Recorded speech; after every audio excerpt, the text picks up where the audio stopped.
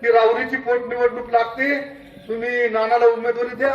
त्यांनी मला स्पष्ट भाषेत सांगितलं की राष्ट्रवादी काँग्रेसची जागा आहे, महाविकास आघाडीचा धर्म आहे आणि प्राजक्त दादाच तिकडे उमेदवार. हे बोलल्यानंतर मी काय बोललो नाही, मी निघून आलो. अर्ज भरायला 4-5 दिवस बाकी होते. मी जे बोलतो ते खरं आहे, बजरंगबलीच्या साक्षीने बोलतो. मी डुप्लिकेट पुढारी नाही, न कधी नसणार. 4-5 दिवस अर्ज भरायला राहिले. मला कुणकुण लागली की दादा ही निवडणूक लढवत नाही. मी पुन्हा उद्धव ठाकरे साहेबांना भेटायला गेलो. त्यांना सांगितलं की राष्ट्रवादी काँग्रेसचा उमेदवार या ठिकाणी निवडणूक लढत नाही, त्याच्यामुळे मी ही निवडणूक लढायला इच्छुक आहे. माझ्या समोर त्यांनी शरद पवार साहेबांना फोन केला आणि त्यांना सांगितलं की माझा जिल्हा प्रमुख इथं आलेला आहे आणि तुमचा उमेदवार तिथं निवडणूक लढत नाही, तुम्हाला जर लढायची नसेल तर तो लढेल, ती जागा तुम्ही आम्हाला सोडा.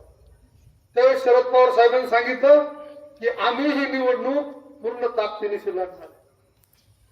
आणि मग असं जर उद्धव ठाकरे साहेबांना त्यांनी सांगितलं, हे मोठे लोक असतात, आपण एकमेकाशी तात्या किती वेळ बोलू, परंतु ते एक शब्द बोलले विषय कट. मग त्यांनी सांगितलं की बाबा ते लढवणार आहे, कारण माझ्या समोरच झालं. आणि मी निघून आलो. मला गुणगुण लागतच होती की लढत नाही म्हणून.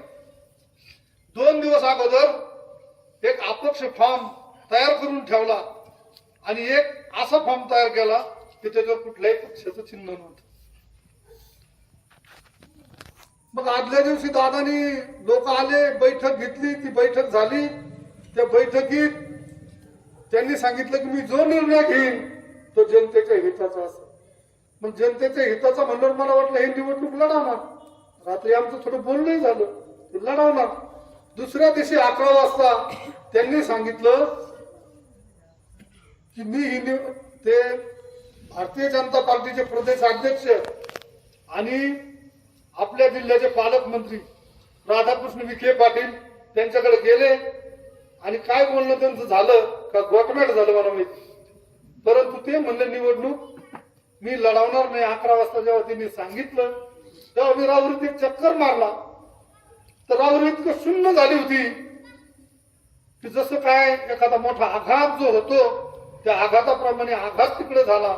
आणि ते जेव्हा मी डोळ्यांनी पाहिलं त्याच क्षणी निर्णय घेतला की आता आपल्याला उमेदवारी करायची. 12:30 वाजता फॉर्म भरला.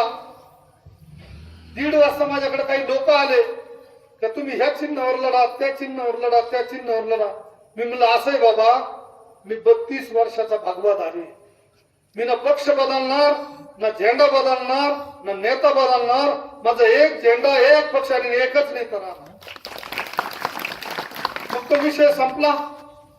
6 तारीख आली. त्या दिवशी 6 तारीख संपली. 9 तारीख जवळ आली. अर्ज माघारी घेण्याची वेळ. आता काही लोकांना असं वाटलं की आम्ही दादाला थांबवलं, नाना की झाड की पत्ती आहे. पण मी त्यांना दाखवून दिलं तुम्ही दादाला थांबवलं तर नाना कोणाच्या बापाचे नाही थांबत.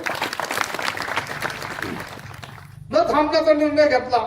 आता निवडणूक चालू झाली. निवडणूक लढतोय ती याच्यासाठी की ह्या तालुक्याच्या अस्मितेसाठी मी ही निवडणूक लढतोय. मी आमदार झालोच पाहिजे असं कुठेही विधी लिखित नाही. परंतु हा तालुका जो शून्य झाला, शून्य म्हणतो काय, जो थांबला त्याला प्रफुल्लित करण्याचं काम जर कुणी केलं असेल तर ते रावसाहेब ठोरेंनी केलं. आणि म्हणून ही निवडणूक लढण्याचा मी निर्णय घेतला. मग आता जर का कुणी काय बोलत असेल तर त्याला मात्र अर्थ नाही. कारण 32 वर्ष मी लोकांची सेवा केली. माझ्यावर अनेक केसेस झाल्या, अनेक बारा भानगडी झाल्या, मला तडीपार व्हावं लागलं. ह्या उमऱ्यांनी एक वेळ जेव्हा माझी तडीपारी संपली तेव्हा डोलीबाजा घेऊन मला इथं आणलं आणि आज पुन्हा एकदा डोलीबाजा घेऊन